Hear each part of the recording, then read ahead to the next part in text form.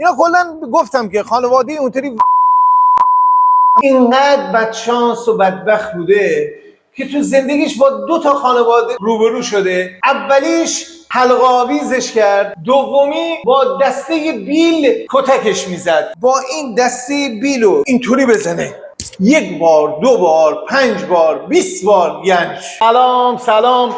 این فیلمو تا آخر نگاه کنید. راجع به یه موضوع خیلی مهمی میخوام صحبت کنم. یه حیوان آزاریه که متاسفانه یه داستانی پشتش هست و الان این بچه الان اینجا خوابیده. اینو میخوام بیارم بیرون، بریم در موردش صحبت کنیم. اجازه بدید. بیا با دختر، بیا دختر، بیا بابا جان، بیا بابا جان، بیا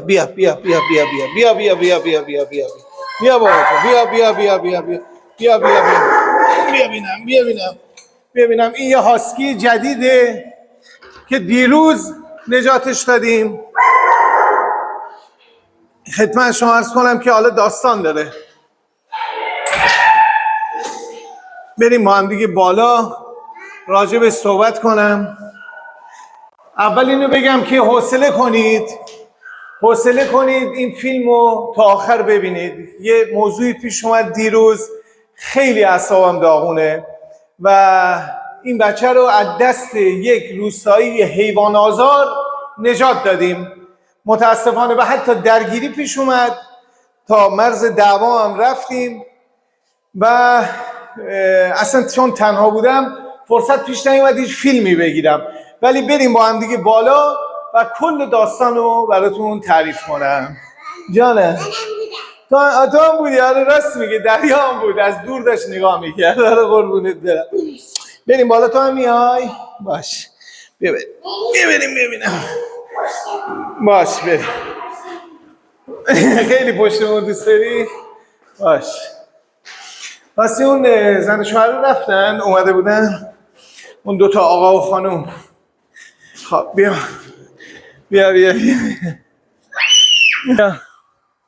خب اینجا میشینیم. تو هم میخوای بشینی؟ باش.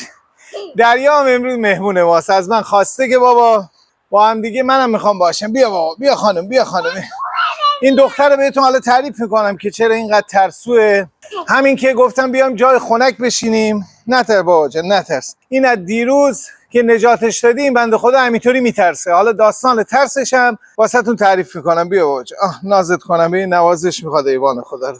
دیروز من تو این ساختمون بودم. جانه دیروز من تو این ساختمون بودم، دیدم که یکی شورای این محل با من تماس میگیره، میگه که آقا شما از اون فرد حیوان آزاری تو نام برد، گفت از فلانی شما داشتی فیلم میگرفتی.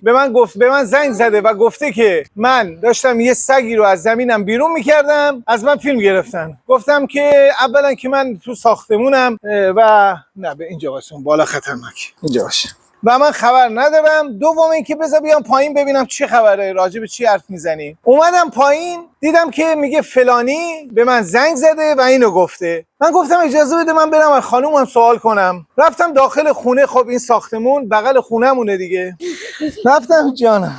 رفتم از خانومم سوال کردم، گفتم خانوم داستان میدونی چیه؟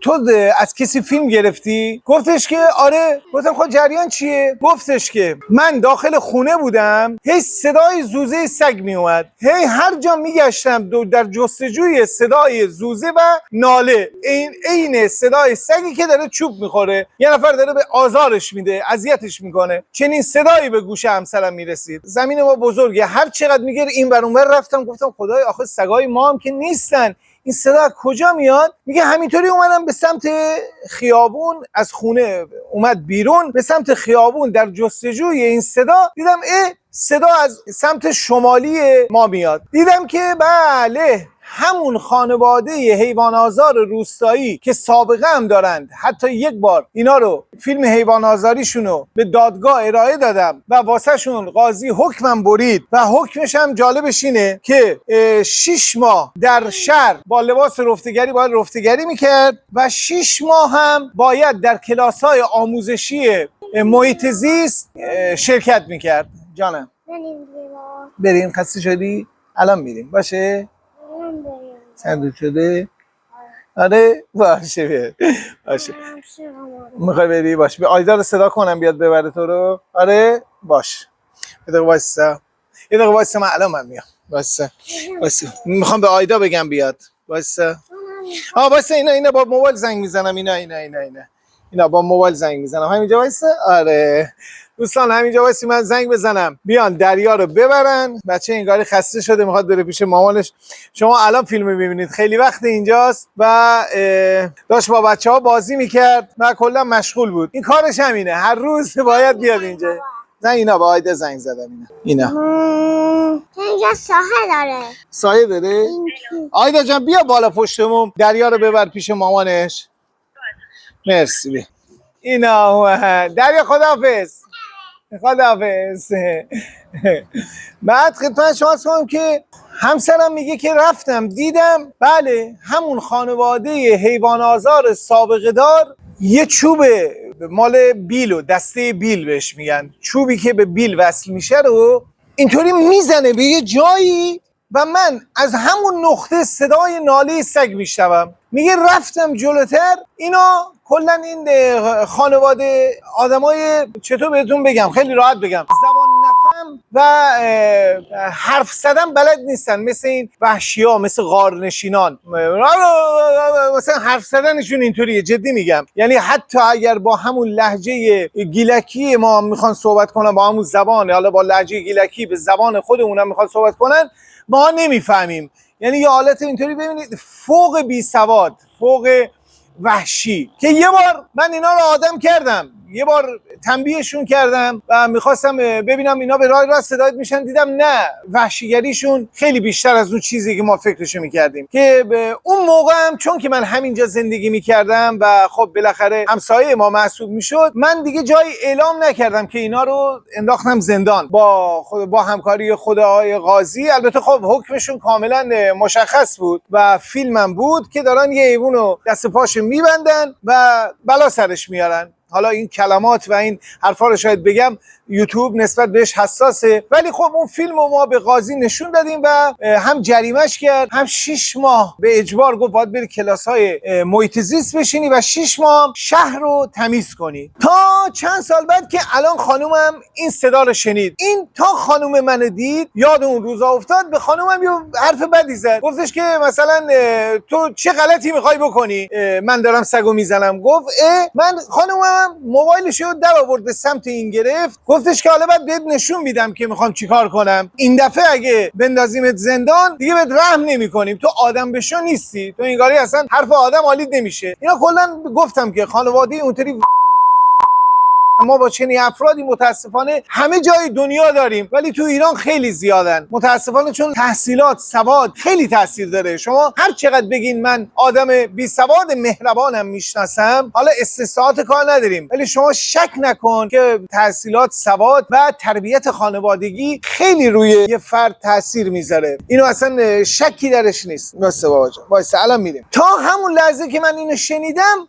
اون شورا هم گفتم، رئیس شورا هم اومده بود پیش من، خانومم بعد رفتم ازش سوال کردم، بعد اینو واسم تعریف کرد، من دوباره برگشتم بیرون واسه این رئیس شورا یا همون بچه محلمون که اینجا میشه تعریف کردم. گفت جدا؟ گفت بذار من برم بهش سر بزنم ببینم چه خبره. رفتیم دیدیم این سگ باز اونجاست. اونم ببین همون لحظه‌ای که این آقا رو دید مثل وحشیا شروع کرد به بد و بیرا گفتن و حرف زدن، هیچ کدومونم نمیفهمیدیم، نه اون میفهمید چی میگه نه من میفهمیدم. که رفتم جلو بهش بگم که آقا داستان چی و اینا، میگه که این سگ اونجاست. حالا داستان چی بود؟ این سگ بنده خدا یه زمینی رو دورشو گرفته بودن، یه زمینی رو، داخل اون زمین باقالی میکاشتن به قول خودشون. این سگ ببینید حصارشون هم ناقص بود، یعنی حصار محکمی هم نداشت، هر حیوانی میتونست وارد اون حصار بشه. این سگ هم اینطور که معلومه اینو بیچاره رو یک خانواده بی وجدان دیگری اینو انگاری رها کردن. گوش بدید، اینو رها کردن. اینم چون یه حالت خونگی داره، دستی داره، رفته بود اون گوشه پناه گرفته بود. خب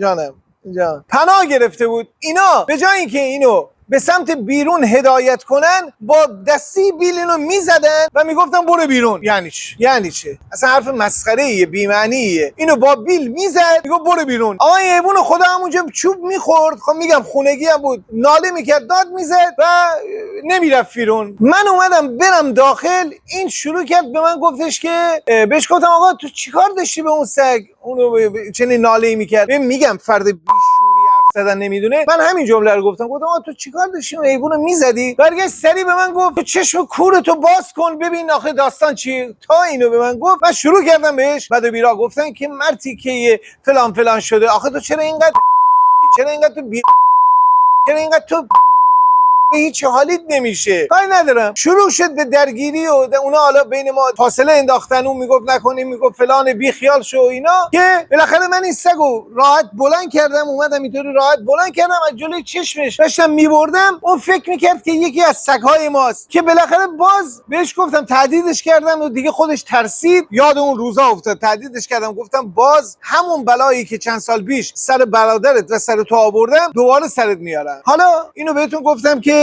داستان این بچه رو اول براتون تعریف کنم. این بچه اینطوری پیدا شد. یک خانواده نامردی اینو رها کردن. ببین اصلا معلومه آموزش دیده، تربیت شده خانواده. حالا آموزش دیده که نه، اونا خانواده ای نبودن بخوان آموزش، ولی معلومه با انسان زندگی کرده است، معلومه که با انسان‌ها زندگی کرده، از رفتارش مشخصه. و بیچاره از ترس گوشه زمین اونا پنهان شده بود، از ترس و پناه گرفته بود. اینم اون مردی کم. حالا باشه آقا اومدی تو زمینت، خوشت نمیاد، اینو به سمت بیرون هدایت کن. چرا با بیل میزنی؟ ببینید ما با چنین افرادی دور و برمون هستن، با چنین افرادی داریم زندگی میکنیم. میبینید؟ بله. حالا گفتم که بگم ببینید این بچه حیوان خدا مشکل پوستی هم داره تا حدودی، ماده هم هست و دور گردنش ببینید. آها اینم بعد می‌خواستم بگم یادم میرفت، این دور گردنش بیا جلو نشون بده. ببین این مشخصه با اون خانواده‌ای هم که زندگی میکرد. نگاه کن تو رو خدا، بگی گردنشو ببین. گردن وایس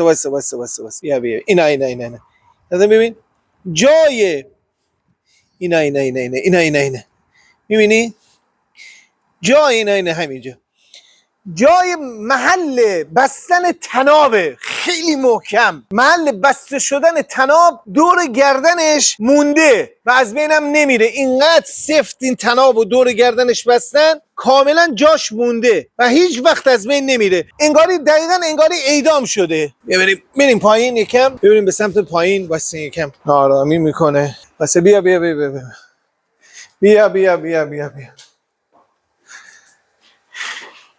آره اینو میگفتم. ببین دور این تناب دور گردنش کاملا مونده.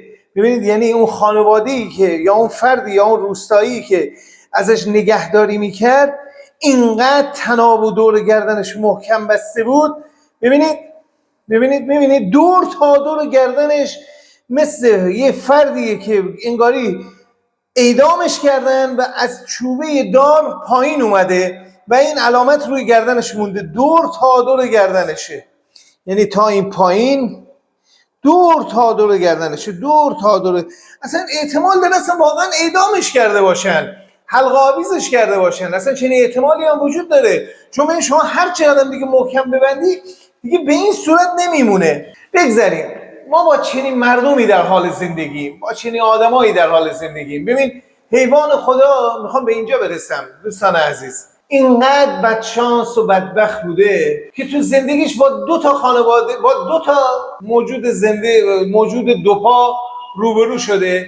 اولیش حلقه آویزش کرد، دومی با دسته بیل کتکش میزد. حالا ما اگر خدا قبول بکنه ما سومی باشیم که نجاتش دادیم. میخوام اینو به شما بگم و این درخواست از شما بکنم، خواهشاً اگر شرایطشو دارید جبران کنید این چند سال بدبختی و زجری که این بیچاره کشیده رو با سرپرستی گرفتن این بچه هم ما رو خوشحال میکنید. یعنی بیایید ببینید واسه سنشو ببینم.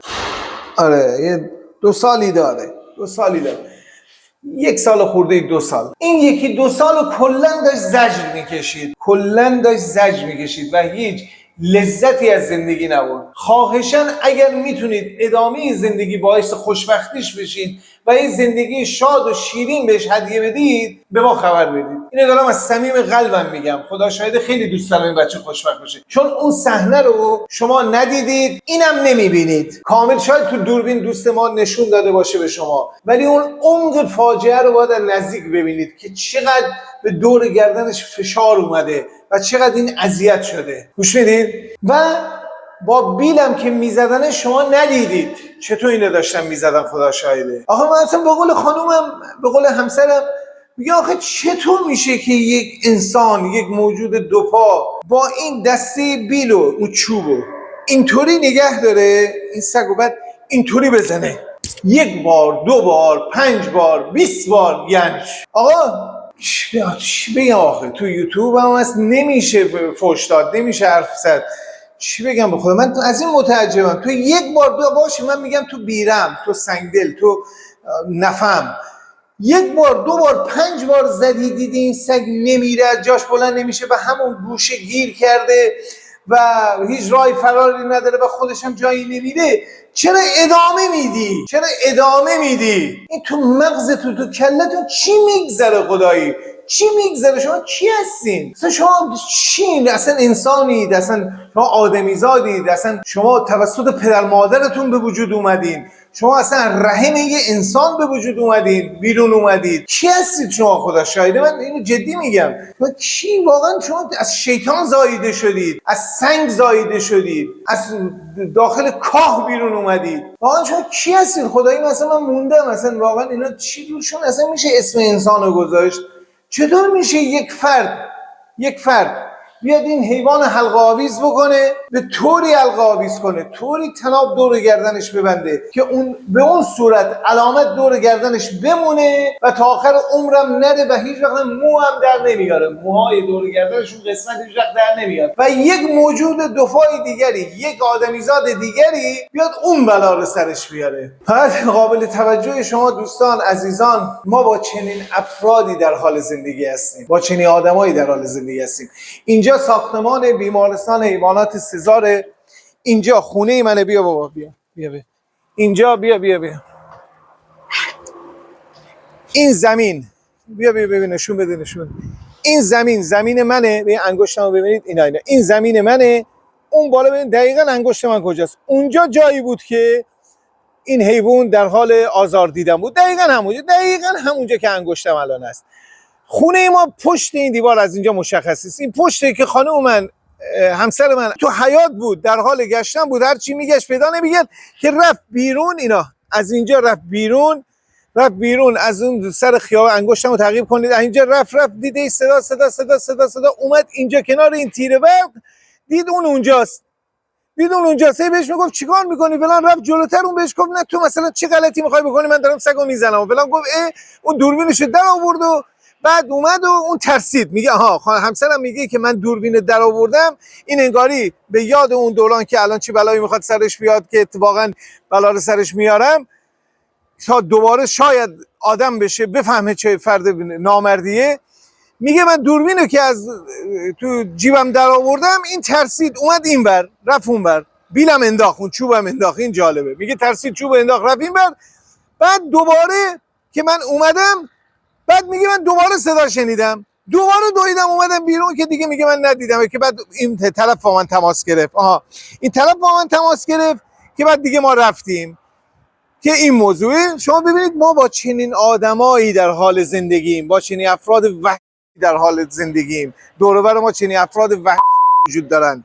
حالا تصور کن، اگر حتی تصور کردن سخته، چطور ما باید به چنین افرادی حرف حالی کنیم، چطور باید به چنین افرادی که خب این فرد، چون اون دفعه با دادگاهیش کردیم، بردمش دادگاه، میدونم متولد 1364 به میلادی میشه 1985 به میلادی میشه 1985. خب برادرش متولد 1982. فکر بکنید اینا حدوداً 39 تا 40 سال سنشونه این برادرها. من چطور حالا به اینا حرف حالی کنم؟ 40 سال اینا هیچی نفهمیدن. 40 سال نه مدرسه، نه آموزش پرورش، نه خانواده، نه همسایه، نه دایی، نه عمو، نه پدر، نه مادر. هیچ کس به اینا تربیت نداد. هیچ کس بهشون نگفت که آقا انسانیت یعنی چه، ظلم یعنی چه، مهربانی یعنی چه، فهم و شعور یعنی چه، طریقه حرف زدن یعنی چه، موجود زنده چیه، موجود زنده هم قلب داره، نفس میکشه. هیچ کس به این شیطان صفتا هیچی یاد نداد. الان شما تصور کن من چطور بیام به اینا حرفالی بکنم که آقا انسانیت اینه، انسان باش.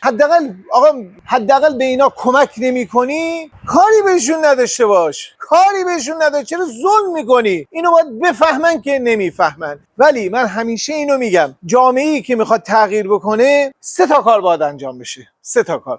چون همیشه چنین افرادی وجود دارن. حالا درسته اینجا خیلی زیاده، این افراد خیلی زیادن. به امید خدا یه روز نور بر تاریکی پیروز شد و کشور ما ایرانم رنگ آرامش و آسایش و امنیت رو دید و مسئولین ما و حاکمان ما قوانینی تصویب کردند برای حمایت از حیوانات و طبیعت و اجزای اون روز این 3 تا کار باید انجام بشه. چیه؟ 1. سیستم آموزش و پرورش ما به نحو احسن برنامه ریزی بکنه برای کودکان و نوجوانانی که در حال رشدن. 2. قوانینی تصویب بکنه برای حمایت از حیوانات و جلوگیری از حیوان آزاری و اصلا روش نگهداری حیوانات و احترام به حقوق اینا. 3. از همه مهمتر اجرای همین قوانینی که تصویب شد. چرا؟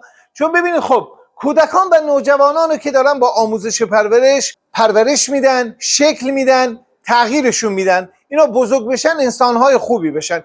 بین اینا یک عده هستن ذاتاً باز حیوان آزارن، شما هر چقدر اینا رو پرورش بدی باز بزرگ بشه حیوان آزار خواهد شد، به طبیعت آسیب میرسونه. 2. شما میایید قانون تصویب میکنید که اگر شما حیوان آزاری کردی، ظلم کردی، ستم رسوندی، درخت رو تو جنگل رو آتش زدی، تخریب کردی، رودخونه رو کثیف کردی، حیوان آسیب رسوندی، باید فلان تاریخ بری زندان، فلان قدر جریمه بشی، از فلان خدمات اجتماعی محروم میشی. این قانون. حالا اجرای این قانون از همه مهمتره. من چرا اینو میگم؟ چون همین الان من بین این 10-12 تا جایی که رفتم حیوان آزارها رو به کمک قانون و قوه قضاییه تونستم دستگیر کنم. ما اینا رو که میگرفتیم دادگاه بدوی، یعنی دادگاه اولیه که شکل به شکل میگرفت، اینا یه سری حکما براش صادر میشد. ببینید حکم ما قانونی نداریم برای حمایت از حیوانات. اینا مثلا قانونای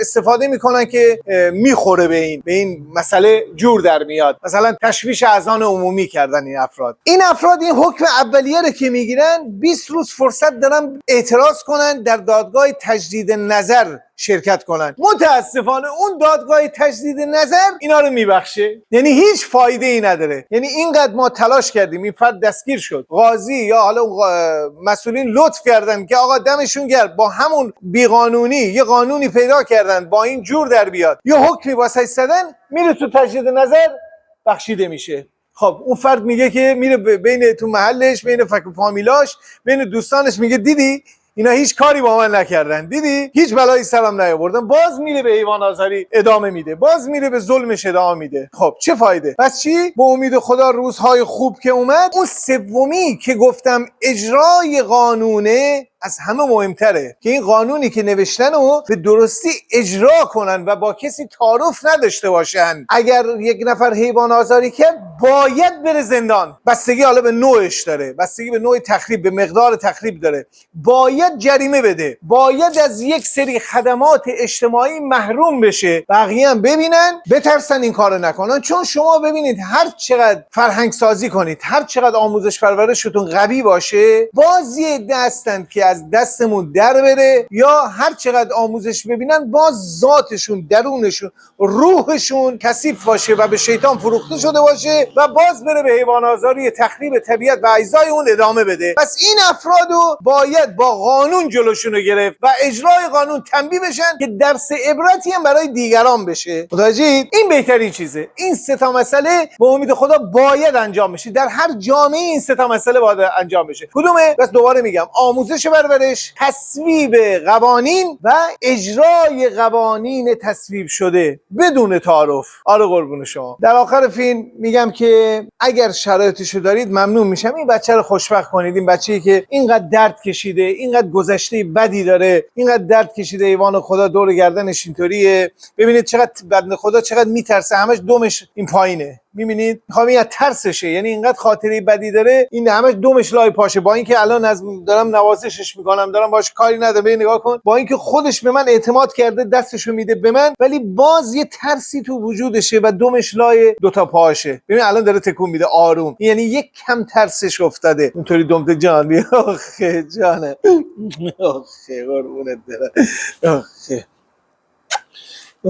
نه دست بده، دست بده، آفرین، دست بده، دست بده، دست بده، دست بده، باشه باشه باشه باشه باشه باشه باشه، بیا بازی، بیا بیا بیا بینم، بیا بینم، بیا بینم، بیا بینم، بیا بیا بیا بیا بیا بیا بیا بیا بیا بیا بیا بیا. بعد یه لحظه استرس که گفتم نه بابا ایمون خدا ما اعتماد کرده، فکر کردم داره میره اون سمت، خب ما بالا پشتمون دیدم نه بیچاره همونجا نشست، دوستمون هول کرد بنده خدا، دوربین قطع کرد، نه بابا بیچاره خودش اونجا نشسته بود. ببینید خب بس این بچه قابل اخلاقش و این عادتاش قابل ترمیمه و بهبود میابه. همین الان دیدید با من دست داد، دمش ریز آروم تکون داد و داره بازیم. بیا بیا بیا بیا دست بده، دست بده، این دست بده، اینا میخواد بازی کنه. میبینی جانم، خب این بچه بس یعنی خوب میشه، مشکلی نداره، ولی خب تو زندگیش روز خوب ندیده. این چیزی که من میبینم. دم شما گم، اگه شرایطش دارید خوشبختش کنید. ما هم تمام تلاشمون رو میکنیم با امید خدا بهبودیشو به دست بیاره، چون یک کم مشکل پوست داره، خوب بشه، این یکم رویش هم خوب بشه، این اخلاقیاتش هم بذاره کنار. این نگاه کن جانا، یه عکس یادگاری بگیر از اون جان. مرسی جان، مرسی. آره والا دم شما گم، برامون دعا بکنید. آخر فیلمم میگم دوستان خواهشاً اگر حالشو دارید این تبلیغات داخل یوتیوب رو ببینید، ما رو لایک کنید، به قول این بلاگرها میگن اون زنگوله رو بزنید که وقتی ما پست میذاریم این پستای ما واسه شما بیاد و شما ببینید. چرا اینو من میگم حالا جدا؟ چون اگه دقت کرده باشید ما چند مدت به خاطر ساخت این ساختمون بیمارستان حیوانات سزار در یوتیوب فعالیت نداشتیم و این پیج یوتیوب ما اومده پایین و خیلی کم ویو میگیره، کم دیده میشه. اگر شما بیاید نفرات اول بیان ببینن تا آخر ببینن، لایک کنن، برای افراد بیشتری میره و فیلم های ما بیشتر دیده میشه. باعث خوشحالی ما هست که مردم بیان ببینن، با امید خدا تاثیر داشته باشه. در این چند سال که خدا رو شکر تاثیر گذاشته، تاثیراشو داشته، با امید خدا بیشتر هم تاثیر بذاره، مردم بیشتری تغییر کنن. با امید خدا هرچه زودتر قانونا تصویب بشه، اجرا بشه، مردم بیشتری به راه راست هدایت بشن. به خدا چی فایده ای داره این همه ظلم و ستم؟ مهربانی چقدر زیباست، چقدر زیباست. الان این حیوان با آدم نگاه کن، این حرکت زیباست یا اینکه یکی بیاد با چوب اینو بزنه این گریه کنه؟ نگاه کن ببین، نگاه کن داره بازی میکنه. جان جان جان، دم شما گرم، دم شما گرم. خسته نباشید، برامون دعا بکنید و به امید روزهای خوب برای همه موجودات دنیا. آخه دوست شده با من دیگه جانم، جانم. یعنی خوشت اومده؟ خوشت اومده؟ آره جان، جانم.